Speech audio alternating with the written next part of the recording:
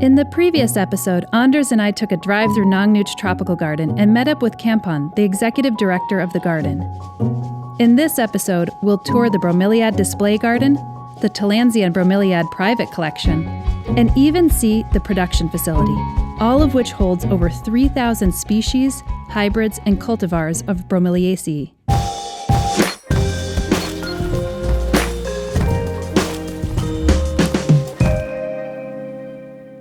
We have a big production and a big collection of Bromeliad species and hybrids that we have for display, so the people can come and enjoy it.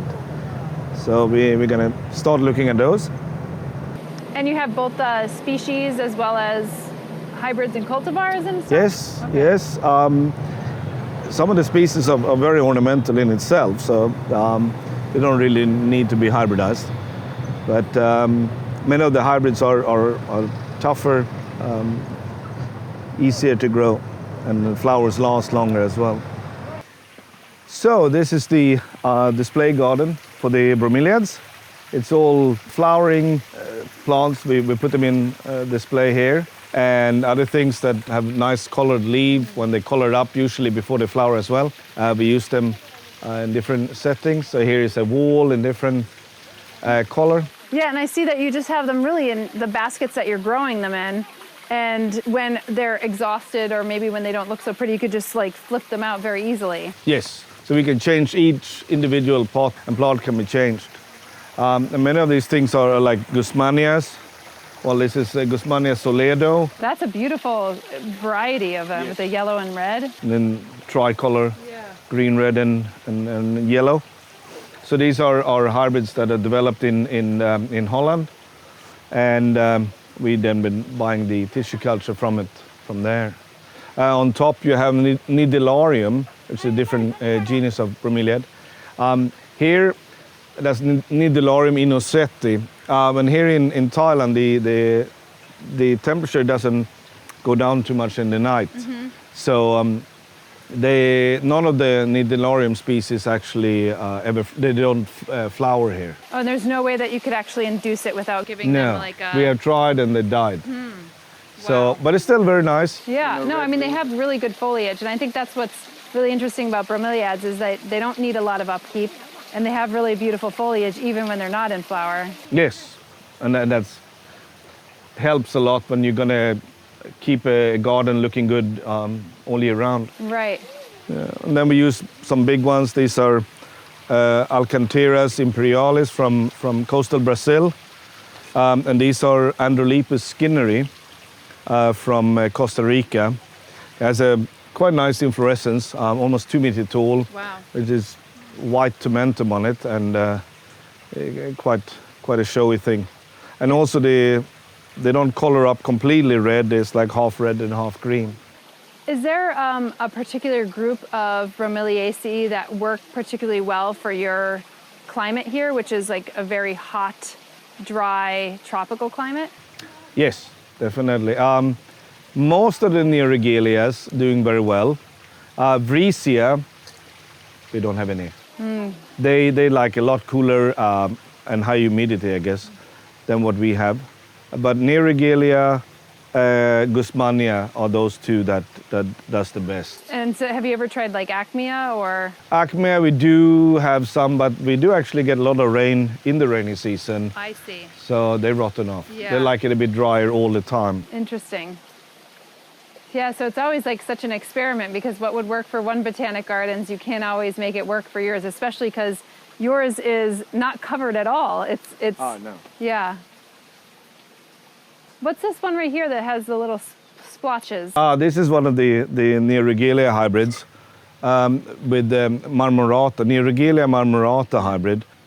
This is probably one of our own hybrids because marmorata is a species that's very well for us, but it's very large. And then we hybridize it with cruenta, which gives it these red tips and eventually a red center. So Neoregelia marmorata crossed with Neoregelia cruenta gives it, that's what comes out. So how does the hybridization process work for you all? Is it something like where it's just like you find it interesting and you want to experiment with it? Or does somebody on your staff say, oh, it would be really cool in order to be able to like create these two things together? Or how does it actually work? Top-down approach, bottom-up? Both. Yeah. Both. But some of them we see these grow well. Yeah. But sometimes it's simple as we have a species that looks good, it grows well, but we can't get enough of it.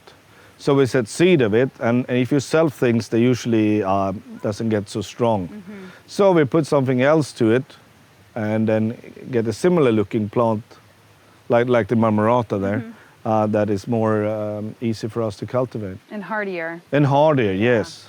It's like the mutt of the plant world. Yeah, it is. So many hybrids of bromeliads, they are hybrid vigor. They're a lot stronger than the species. Here's another one. Oh, yeah. This is a biogeneric cross, which means it's a cross by two different genera. So it's a canistrum crossed with the acmea. I was going to say it has the acmea kind of appearance. And then this mottling sort of slight pink in the center, that's the canistrum. Now canistrum has quite a tall inflorescence, but very compact, not like acmea. I don't think we have it flowering yet, but it's a sort of a nice looking plant. Yeah, it is. And then of course pineapple, these are the spineless thing that they're growing here. The interesting thing here in Thailand is the pineapple industry in Thailand has never been conquered by Dole and those other big American companies. So we have a lot of good cultivar of pineapple that you can't find anywhere else. And they're very, very tasty. And is this like one of those? Because when I think of pineapples, I thought always like the more native ones were a little round compared to oval. True, the species are. These are still hybrids, that the edible ones. Okay. And that's probably someone who picked one there and took it home. I got really hungry. One of the visitors. No, these are the edible ones, but as you see, they're smaller than the one you find in the US and in Europe, and usually more round. So it's just another line-bred pineapple here that you don't see in the commercial Dole setting. But that's so wonderful to see, because oftentimes when we think about fruit, we don't think that it's just like coming from one hybrid and that there's so many different types of nuances of flavor that could be coming from all of these different varieties or species that we never might ever get a chance to experience because they haven't been commercialized. Yeah, they haven't been commercialized. Yeah. Yes. So I mean, there are pineapple cultivar here in Thailand. There's one called Phuket, from the island of Phuket in southern Thailand. There's one called Sriracha, which is very close to here. And those are hybrids that come up from here. These are getting... Three-headed. Three-headed, yes. Yeah, so what is happening there? Like, how does that happen? Is that like do they split off? I've never seen 2 or 3 heads on top of a pineapple. Because if you tissue culture them, they get very uniform, but all these are propagated from the top shoot. So when you use the top shoot all the time, the growth mirrors them at the base of the top shoot. Oh, sometimes you mutate and you get like a crystate form of it. Yes. That's not too much. I mean, some of them you can buy in the market. It looks like a comb, the like second head of it. Yeah. Right. So it's like the monstrose version or the cristata version of it. I had never really noticed that, and maybe I'm not shopping too much in the local market in order to be able to see it. But that's pretty unique. Yes. Cool. Because I think most of the pineapple here are all propagated that way, not tissue cultured. Right. What other things here is that Nidularium again. More of the Guzmanias. These are all Dutch developed hybrids. So these are hybrids of Guzmania lingulata, very common from even wild in Florida, all through Central America and I think down to Bolivia actually. But they have this sort of flat top. Now these other Guzmanias here, they are from another breed. These are usually combination of species from Ecuador and Colombia. which mean they're slightly high altitude and they don't really like our climate here. So we have to induce the flowering on them. They won't flower by themselves. While the lingulata hybrids, on the other hand, is flower all the time. A lot of experimentation, for ones. You chat with the people who actually are the growers to let them know which ones actually work best for your climate and to select for a specific species, or? No, unfortunately not, because like in Holland, they have a huge market themselves for the indoor European thing, and most bromeliads in Europe, and I guess in the US as well, is you buy one, you put in there, and once they stop flowering, it's out. People don't really take the time to grow them, and people don't keep the temperature and humidity that we have here indoor. So they have developed them for cooler climate. They are not interested in develop them for a tropical climate, Right. which is what we then do, and that's what they also have done in Florida and part of Hawaii. They try to develop more landscape plants that people can use outdoor. And in that thing, the acmeas are very popular for outdoor, Yeah. as ground cover, less maintenance, you don't have to water. Yeah, and you don't have to take care of a lawn, which is also Right. very good in certain areas that are a little bit more prone to drought, which is important. And then, of course, you have even though they're not bromeliads, you have a lot of cycads around, kind of like dotting the area. We have cycads, we have palms. There's an interesting palms actually here. It's the normal golden cane palm, but this is a dwarf. Yeah. Now, it's not dwarf in height, but in the leaves. It's very compact, very short leaves.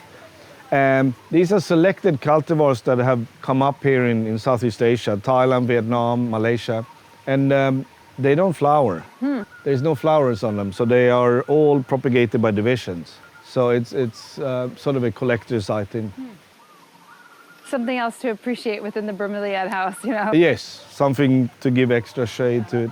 These are Zamia neurophyllidia from Costa Rica. It's another cycad, kind of interesting corrugated leaves. Yeah, the corrugated leaves are really, really cool. I heard you also have a good private collection of bromeliads here. Yes, we do. We have a very good collection that we've been built up from exchange from other botanical garden, Mary Selby and Huntington and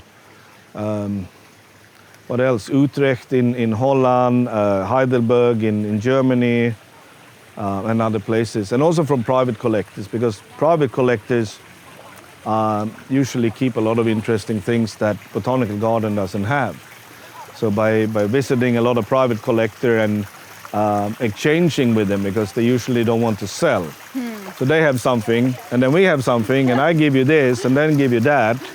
Everyone wins. So that's how you slowly build a collection, and that's part of the fun, Yeah, well, you do it for the trade, I guess. Yes. And also to see your plant growing elsewhere, and serves as like insurance in case you ever lose that. Definitely. If we lose it, then someone else have it, or vice versa. Yes. Well, do you think we could actually take a look at that collection? Yes, definitely. Let's go. Yep. Right, so I'm going to take you to the Bromeliad collection, Perfect. which is another area where it's not open to the public. That's what we like to hear. It's the stuff that our viewers don't always get a chance to see. No. If you visit the garden, you won't see them there. Correct.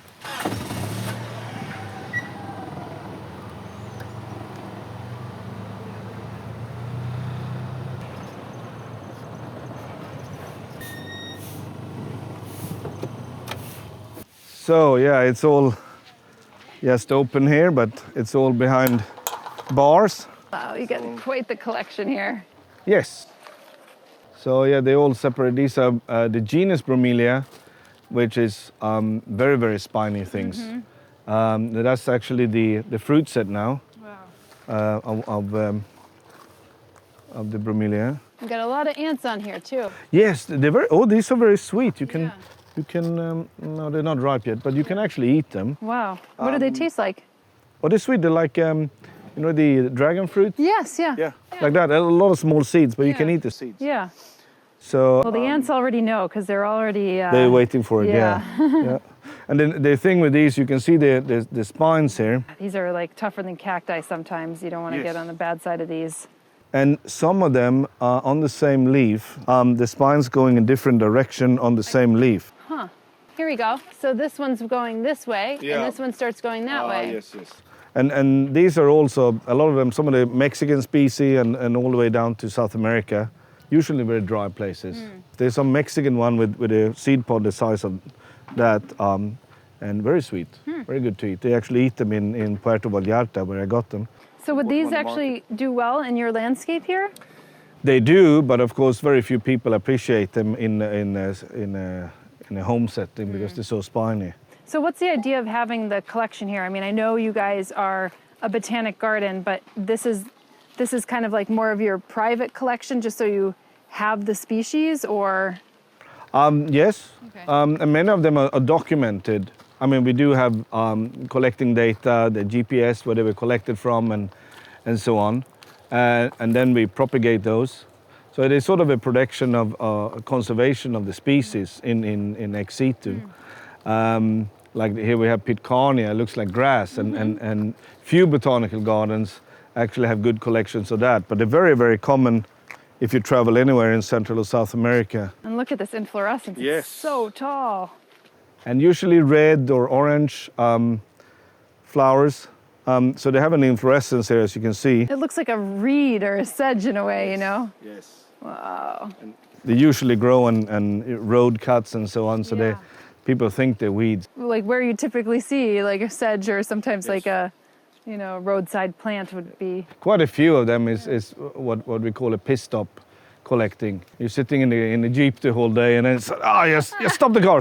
And you get out and you're standing there take a piss as a man. Yeah. And then you see, but actually that's actually a bromelia, not a grass. And you just fertilized it. Yeah, exactly. So then you can collect them. There's roadside collectings. That's so good. Yeah, you see some of the inflorescences. The shade house here is 3 meters tall, which is, I'm not sure how many feet that would be, but that's a quite tall inflorescence hitting it the is. roof there. And yeah, here they are with like the nice reddish orange flowers. Many of them are hummingbird pollinated. As you can see, they're tubular. So who pollinates them here? Do you have hummingbirds here at all? Or it's more like sunbirds, right? We have sunbirds. Yeah. They do pollinate some of them, and also like other plants like aloes and things that also sunbird pollinated in Africa.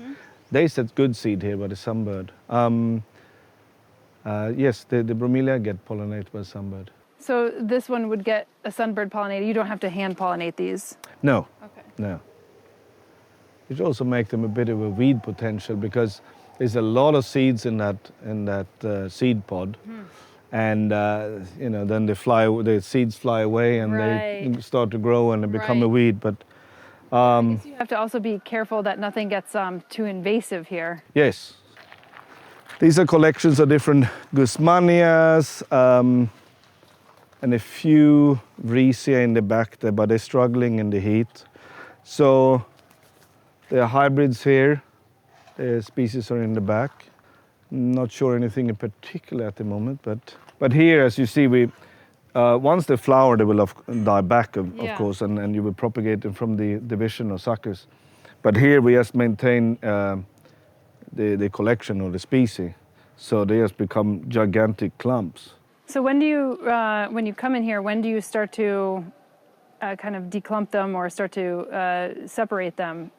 Or you don't? So because this one's, you don't. Okay, so you just let them grow until they break their pot.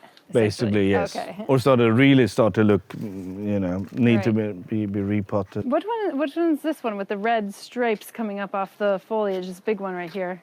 Now this is one of the variegated Riceas that we got in. It's nice looking. Yes, it is. It doesn't have, it's one of the Thai hybrids actually Okay. that we got from a guy up north. Okay, so sometimes, you find something that's really interesting, it's not really a species, and you bring it here and you just add it to the collection. Yes. So all our collection is not only pure species wild collected with data, which is we try as much as we can, but there is also hybrids and cultivars as such. Same for the orchids and for everything else. Like we have a big banana collection. So a lot of species of banana. I think we have a 40, 50 species, which you can't really eat. Yeah. But then we have several hundred cultivars that you can eat. And that's not usually what the botanical garden does. That's like the gene bank or the government, whatever, set up to do that separately from a garden. But we try to do it all here. What are some of these in the hanging basket? These are Neoregelias, mooreana. These are species from Ecuador. And they have these long stolons, and they run out and hang down. And they have this white powder to the leaves. So this Neoregelia pauciflora from Brazil, and as well. So they put out these like pups on these. There's very stoloniferous, so almost like a spider plant, you know, that you have. Yes. Yeah. The same idea. I mean, you see here, his hasn't become a real plant yet. It's just that.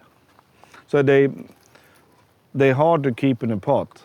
So that's why we have them in a fairly small pot and then let them do their thing, and eventually they will just hang down. Really so this is a species that we now try to propagate for display. And some Cryptanthus. These are Cryptanthus. These are all hybrids of the thing. We have species on top there. Most of the species are green, but then they always like a red form of it or a variegated form. Cryptanthus is you can't self-it. So you have one plant, you can propagate it by division and make 10,000. Still, you cannot cross them because they're still the same clone. And that's why hybrids of Cryptanthus are very, very common. Because people have one of this species and one of that species, and they can't make seeds, so they have to cross them. So, and many species that was collected over 100 years ago are still in cultivation, and some of them haven't been recollected ever since. Usually in Brazil. Yeah. But then there are plenty of hybrids of them. Are these primarily epiphytic plants or? No, Cryptanthus is, I believe, all species are growing in the ground. Okay. Yeah. That's interesting. And that's why you see the soil we're using is a sort of a light compost, coconut chop, and compost soil. A little bit sand in it.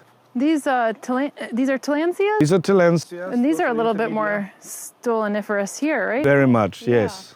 And you have Tillandsia dorati here, Wow. which has a interesting... That is a cool curly Q. Yes. And is this Funkiana right there? That is Funkiana. Okay. And one of the few species of Tillandsia that has a red flower. So when they flower once a year, the whole thing is lighting up, flame. Super cool. I've never seen this one with the curly cues before. Yes, Tillandsia dorati. Or if I did, I've never noticed it. Super cool. Yeah, it's huge. Oh, I see you have a few of them together then. No, or what? Or maybe. Well, the two stems. They don't really suckers. Yeah. The two stems of them. It was one big plant, all three of them, and we actually had them on a Bromeliad show. Yeah. And we got best in show for it. You're getting a lot of best of shows. Then we had to lift it back, and it sort of fell in pieces on the way back in the car. So now we have another 10, 15 years to grow these plants back to something. And now these are all the species. They are, well, not all of them, but quite a few. Here is like argyrophyllus, which is a species. Oh yes, Nice, I have this at home. Yeah. And it sort of dies back very quickly, faster than other things. So you see they die back and people think they're doing something wrong. Why are they looking like that? But then they come back again. So in season they go back and forth all the time. So now they look fairly good, but you could come back in 4 months and they look like they're dying. And then they come back again. I mean, these have been growing for 10 years. Some of these look like they've been burned a bit because of the too much light. We have some of the Tillandsias here that we try to grow clumps of for display or something like that. This is part of the collection, but the collection of Tillandsias is further down. These are the Neoregelia hybrids that we have, a lot from Hawaii, from Australia, from other places. Then species down there. These are some of our own hybrids here that we're growing out. It's interesting when you grow them from seed, the seedlings never look good. So if I pull this one, look at the shape. All the leaves it's not like a normal bromeliad. Now this is then what it turns into. So the seedling we found out never looked good, but the first division suddenly look better and better. So it gets a little bit more robust. Yes. And more flat. Yes. This is a good one, yes. Yeah. So this is a multiple cross. So the two hybrids that were crossed to get this. The hope was that we could use it for full sun. So we put this poor thing out in full sun, which he has got burned to cinder. So it is hard to have colorful bromeliads in full sun. Those that we grow in full sun are actually Acmeas, Blanchetiana, and they usually have a yellowish orange leaves. But then, do they not operate well when you have the rainy season? Or The Blanchetiana is okay, but a lot of the other nice ones, they don't. And it's hard, I mean, there's so many colors of already named hybrids. Yeah. So you do a hybrid, do you get a new color? No, you don't. It's just a different shade of another, different shade of gray, you know.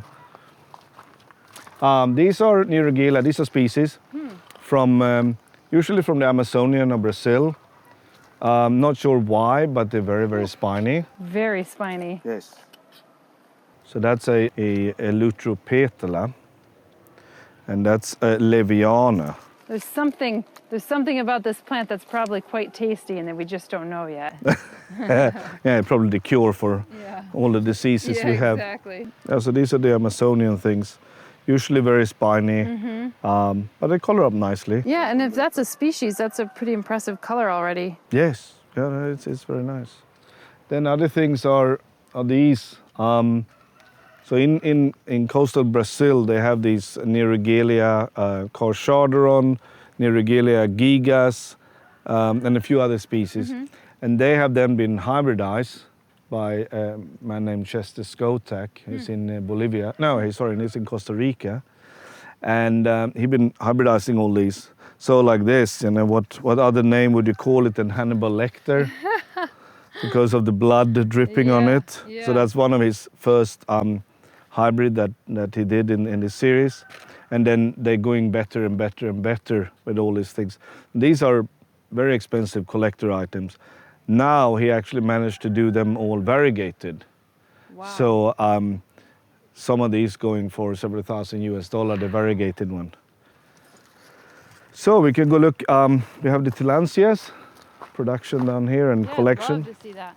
I could see them now. It's just like a curtain of Tillandsia usinoides. Yes, yes. It was all by default. We had them hanging there and then we didn't propagate more of it and it became longer and longer and then we actually said, no, that's nice. So I mean, this is something you could do for your home garden if you have enough. People would love to have these kind of curtains, but the problem would be, how do you actually water them? Yes. It's nice that you have a little trough down here and wouldn't ruin your floorboards. Right by the drain, so that's good. Yeah. Otherwise, if you have them in your living room, you would have another problem. Yeah, exactly. So is this? These are a lot of small ones right here. Is this where you're propagating them?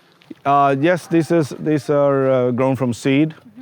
These are probably stricta hybrids. When you're growing them from seed, how are you seeding them? We usually see them like you see in the back there. We put them on these plastic mesh. See, yeah. The seeds is like cotton. So you pull the cotton out, you stick it to it, and some take over a year to germinate. Wow. And then once they come up as small plants, then we put them on the mesh here. And then whatever grows bigger, we separate it. It's a long process, but it's a lot quicker here in Thailand than in other countries. Also, we have another usinoides, is a finer form Yes. than the other one. See, very thin. Yes, very thin. And the other one there is a thicker form, but you see there's more Some of them, and some of them more yellowish, like this one, not so white. And that's a thicker. Yeah. Oh, it's quite heavy, actually. Yes.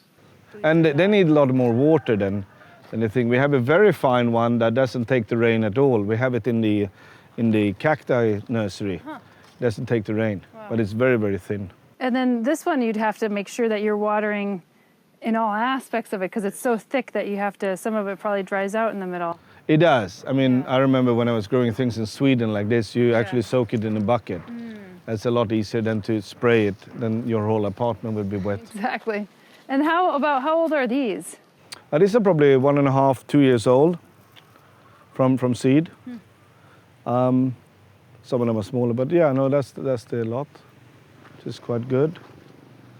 And then because most Tillandsia are air plants or epiphytic plants, so we start them off on these wooden sticks covered with coconut coir. These are Tillandsia funkiana. See the flowers on top there and some of it?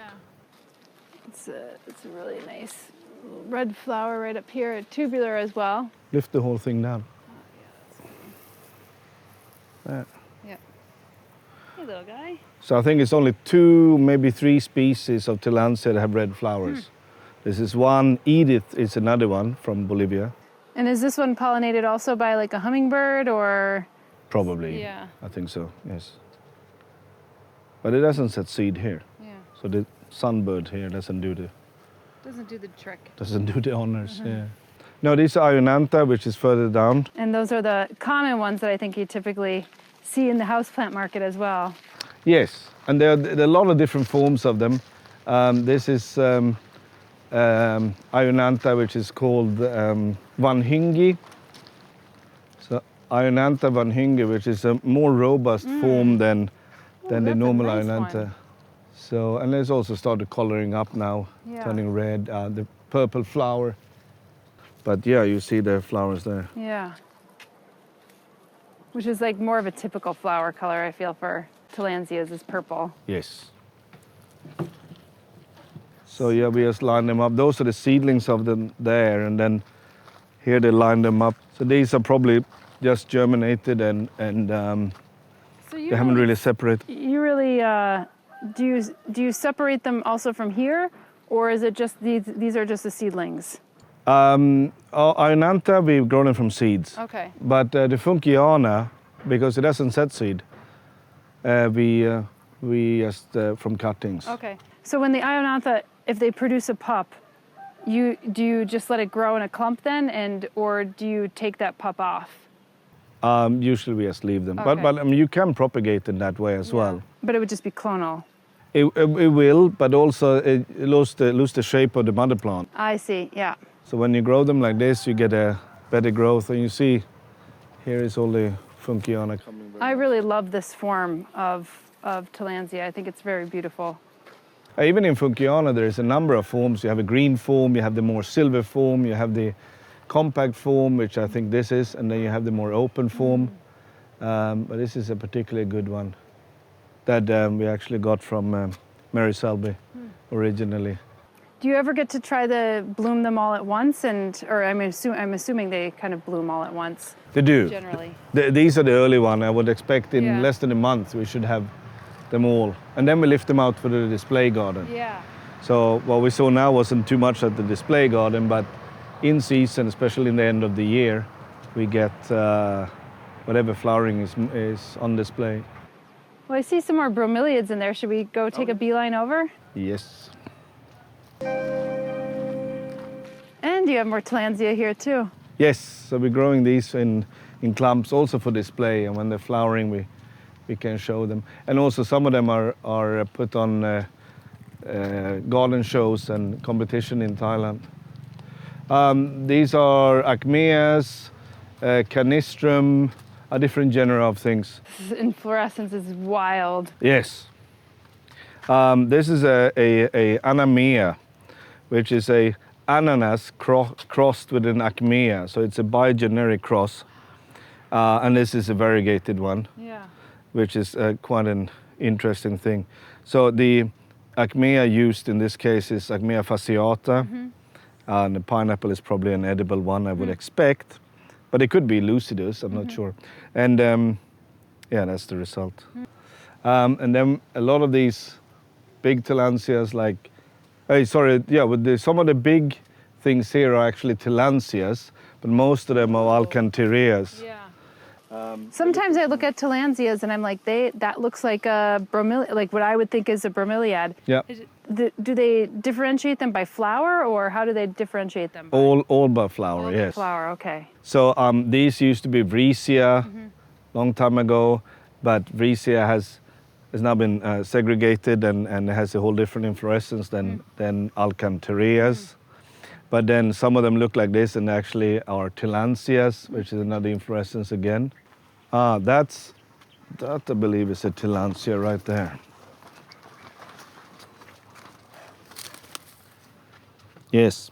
So this is a tillandsia. This is a tillandsia, so it's very big and not the normal sort of dry-looking leaf with the fur. This is tillandsia crucoffiana, and it looks very much like the Alcantareas or Vreesias. So. And this is something that would typically grow on the ground? Yes, well? Okay. quite a few tillandsia actually grow on the ground. Some of them grow in desert in Chile and Peru. With the cacti, and many of them actually are epiphytic on cacti as well. Most Alcantareas, I think, are all lithophytic, growing on the rocks. In Rio de Janeiro and nearby, you have them on the cliffs right by the sea. You have another one that's Alcantarea viniflora. That's a really beautiful color. It is. Alcantarea vinicolor, that's actually the name. It's a species from Brazil. Oh, so it hasn't even been selected for this color? No.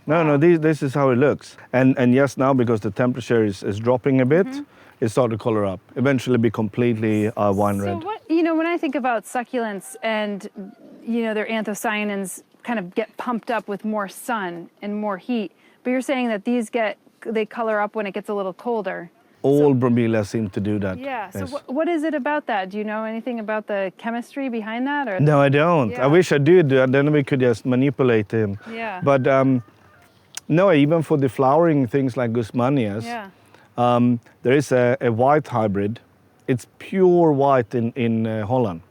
It's greenish yellow here. A tissue culture plant brought here to the heat, we never get it cold enough, so it's never turned white. Wow. So there's something there with these things. Heliconia is another thing. Some of the heliconias, like when they grow them in Hawaii, they get so dark red, almost black. Yeah. Here you'd be happy if you get a little bit light pink, So, but I'm not sure what's actually. Maybe the cold gives it a little bit of stress in a different kind of way, and they all color up. Yes, they do. So these tables here, we have Billbergias, a related thing. Yeah, love the Quesnelias. Yes. Just the form, it's so compact, A little bit more like if you wanted to, like Sansevierias, they're very straight, but this one's like a more straight version if you don't want them. Oh, yeah, I never thought about it that way. It's like the bromeliad version of a Sansevieria. Exactly. When you live in a small apartment, you start to think that way. Yeah. Okay. Yeah, no. And these are the Quesnelia marmorata, and the two clones of them in cultivation. And the one with the curly leaf was collected by Tim Plowman. Tim, yeah. Among 1,000 other things that he collected. Yeah. Which is a particularly good form with the curly tip. Now the most common form of Quesnelia marmorata we have over here, where they're all straight up erect. It's still the same species. This is actually how it's supposed to look. Right. But Tim collected that curly form, which is now the holy grail. Yeah. And it actually comes in variegated form as well. Then we have Billbergia, which is quite showy in season. The flowers only last for 1 or 2 days here. Anyway, so yeah. So there's some interesting things. People who does hybrids seems to have a tendency to I guess they run out of ideas to what name they're going to put on them, so they're coming up with these. I saw one. I went to a garden show, and one was called. It was a succulent. I can't remember what succulent was, but the cultivar name was pillow talk. Was it soft and... It was soft and pillowy. Yeah, exactly, yeah. Well, some of the species name Horridus or Horrida, Yes, that's yeah. quite common. Yeah. There's actually a Billbergia named Billbergia horrida, which we do have. It's quite a spiny. Kiwanis winter sun, Billbergia. This is- Hawaiian hybrids. Yeah, this is nice. It's a nice color. Yes, Yeah. yes, and you have all this champagne bubbles and afterglow. And what's this one? This one that's down here that's actually has an inflorescence. Or This is a Acmea chantini, ooh, it's nice and dark. nice and dark. Yeah. So now in Thailand, there was a few selection in the US before, but now the Thai are basically taking all those and hybridized the daylight out of them, and black and very, very thick, distinct black stripes. That's what they're aiming for. And this is a particularly nice one. But this one is green on the inside Yeah. and black on the outside. Yeah. When some of them are black on both sides, but it's quite interesting. There's a two color Yeah, on the same. bicolor. Yes. Well, this is remarkable. I mean, you have so many here. So how many species do you think you actually have here? Over 3,000. And 3,000 species and cultivars, or just over 3,000? Around 1,000 species. And then the other 2,000 are hybrids. Tremendous. And these are things that, you know, the public that comes in might not even appreciate, or not, they don't even get a chance to see this, but unless it's in the ground or in the landscape. Correct. None of this is not open for display for anyone. Yeah. Well, thank you so much for opening up this space and getting us a chance and an opportunity to actually see it, because this is remarkable, especially to see all of these different plants in the same place. Yeah, thank you. It was a pleasure to have you here and show you around. Stick around here because in the last 5 minutes, we'll visit the Bromeliad and Tillandsia production facility. Okay. So now we're in the Bromeliad production, where you see fewer varieties, but a lot of plants of each. But the ones that work well in your landscape. Exactly. Yeah. You see here, these are growing well and they're looking good. While in the collection, we try to maintain all of them, which is a bit harder. And is she propagating somehow or potting them up, or? She's propagating here, so these are probably gone out of flower, and now she pulled them up and get the divisions off. Right. But Yeah, so these had been past flowered, or they cut? no, these are the ready-made division, Okay. so that they were attached to the mother plant somewhere there. And then they cut it off. Yeah. Just look how woody that is. Very hard when you have a clipper. Then it's actually hard to get through some of A them. little bit of a machete. Yes, and a good technique. And then you're using some coconut coir and some sand, or what are you using for a medium? Exactly, just coconut core and sand, nothing else. Because we tried a lot of different things, but that's what works the best here. It keeps the moisture just enough, not too wet. Of course, it only lasts for 6-7 months. And then you have to change it out again. Change it again because it decomposes very quickly. And I know you do a lot of like your energy, your own food here, in a lot of situations. What do you do with the spent coconut coir? We're using some of them in our compost, and some actually, if it's still not really decomposed, we put it in for the biogas. So we produce biogas at the garden, which we run all the sort of minibuses that drive around, all the 6 restaurants, they cook on it, and so that's what we do with biogas. And then, of course, after the process, it comes out, and it's very good to be mixed into the old soil as a part of the compost. So that's quite good. Love to see all that upcycling. Yes, it's a good. We're sort of self-sufficient on everything. We use clay pots for some, but most of them plastic pots. Why is that? Well, we found out the clay pots dry out too quick. Okay, because they're so porous. Yes. So then we use plastic. But of course, the plastic pots, so we can reuse the pots all over, not bags, because that's just a lot of garbage.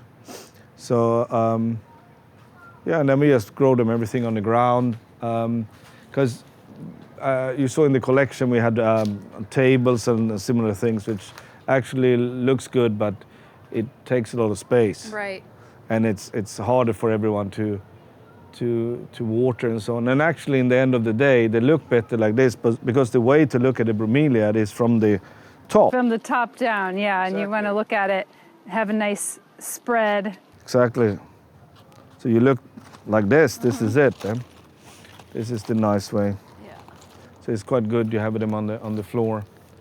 Now then, of course, do we get nematodes? No, we don't. Do we have other problem with things coming up from the ground like fungus and stuff? We don't, because in the dry season everything dries up. Right. And there's quite a thick layer of gravel and rocks here. Yeah, I noticed that, like all the stone and or cement in some cases. So you're not getting like a lot of weed seeds kind of popping up through here. And the underlying ground here there's no soil, it's just sand because we're very close to the beach. So that's also help of suppressing diseases, fungus and similar thing in the soil. It helps, but you also have to make a lot of your own soil, which you were saying you do here. When we do put bigger things like trees and palms in the ground, there is no real soil. So we have to make our own compost, and we dig a big nice hole, put the thing in, and at least once a year we have to top dress the soil, mulch around it to maintain it. This is a really cool operation. I mean, thanks for showing this, because it's miraculous to see all the different fields of bromeliads and to see the operation a work in progress and also just working. Yeah, no, it's a lot of work though. Yeah, unbelievable. Stay tuned, because we have more tours of the plant collections here at Nong Nooch Tropical Gardens. In the meantime, follow along on my other channels, including my Instagram at Homestead Brooklyn and on my blog at homesteadbrooklyn.com. If you enjoyed this episode, do me a favor, give it a thumbs up and hit the notifications button. It'll help more people find videos like this and let you know when another episode launches.